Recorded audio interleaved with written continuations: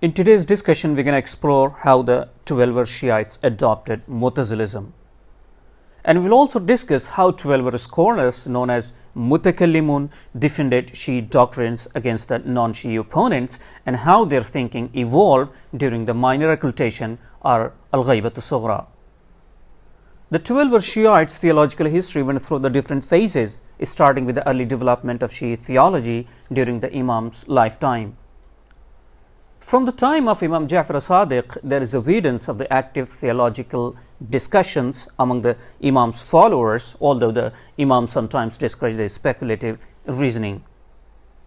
However, they also supported their followers' ability to defend Shii beliefs in debates with non-Shiis.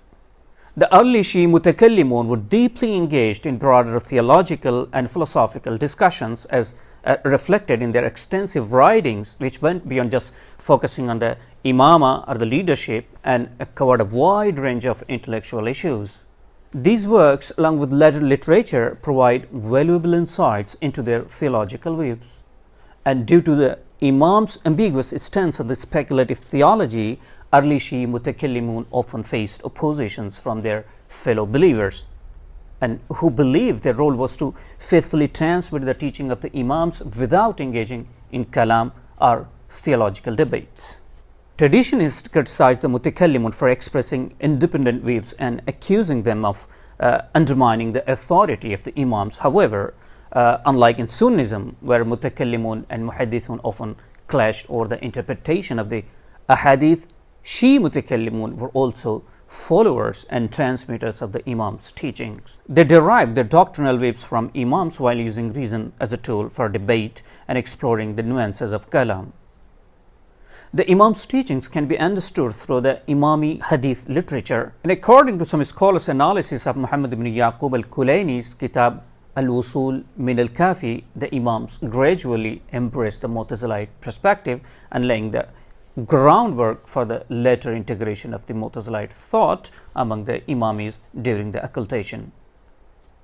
The Imams supported the supremacy of reason over prophetic tradition and shared Mu'tazilite views on God's transcendent immaterial nature, his tawheed, and the distinctions between his essential and created attributes. Regarding human action, the Imam took a middle path between the views of jabr, compulsion, or tafwid, delegation, as expressed in the Ja'far as-Sadiq's famous saying, La jabra wa la tafwid walakin al-amra bayn al-amrayn, neither compulsion nor delegation but a matter between the two. And this balance aimed to reconcile God's role as the creator and controller with his justice in rewarding or punishing humans based on their actions. The Imams also introduced the doctrine of bada'a, which allows for the notion that God can change his decisions when circumstances evolve. And during this period, different groups of the Shii theologians, mutakallimūn, emerged, and each with their own approach to theological issues, though a complete picture is still lacking.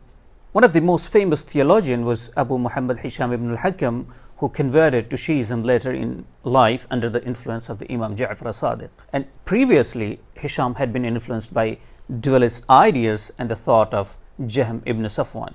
And this background explains some of the theological debates between Hisham ibn al-Hakam and Imam Ja'far, as well as his disagreement with other Shii mutakallimūn. And among Hisham's students, Yunus ibn Abd al-Rahman al-Qummi was a notable figure, along with the Muhammad ibn al-Khalil al-Sakkak and later Fadl ibn Shaz'an al-Nishaburi. He was an early Shii theologian whose work, Kitab al-Idah, still survives. During the minor occultation or al-Ghaybat al-Sughra, Twelver Shīʿism increasingly embraced the Mu'tazilism.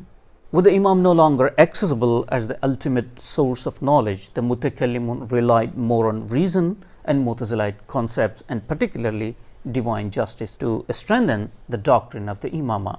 Shii theologians began to replace the earlier doctrines, such as the intermediate position or human action, with Mu'tazilite views of human autonomy. They also adopted Mu'tazilite terminology when discussing God's attributes, and this trend was led by scholars like Muhammad ibn Bishr al-Sasanjardi and Ibn Ahmad al-Askari, and was further supported by those who had previously been Mu'tazilites. Two prominent figures of al-Nawbakhtī family Ismail ibn Ali and his nephew Hassan ibn Musa were key in integrating Mu'tazilite ideas into the doctrine of imāma and the concept of ghaiba or occultation. During the minor occultation or al-ghaibat al-sughra, Abū Sahl al-Nawbakhtī along with Husayn ibn Rawh al-Nawbakhtī was a prominent figure in Twelver Shīʿism. Abū Sahl was known for his work as a mutakallim, poet and patron of literature, and he likely held a secretarial role throughout his life. His intellectual pursuits spanned various topics including the imāma, critiques of non-Shii sects, legal theory and refutations against Jews and those who rejected the Prophet's message. Hassan ibn Musa, another significant figure, is best known for his work Kitab Firq al-Shī'a, which is a crucial source for early Shii sects.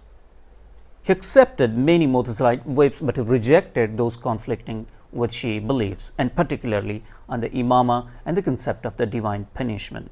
His familiarity with Aristotelian philosophy is evident from his last work Kitab al-Ārā wad-Diyanat. Although their theological writings are not available, extensive excerpts are found in later works by authors such as Shaykh al-Saduq and Sharif al-Murtada. Notable Mu'tazilite converts to Twelver Shīʿism during this time are Muhammad ibn Abdullah al-Isbahani, Ali al-Abdaki and Ibn al-Qiba al-Radi. Ibn al-Qiba al-Razi, based in Ray and a contemporary of Abu al-Qasim al-Balkhi, authored several theological works and engaged in significant debates on imāma and other doctrines.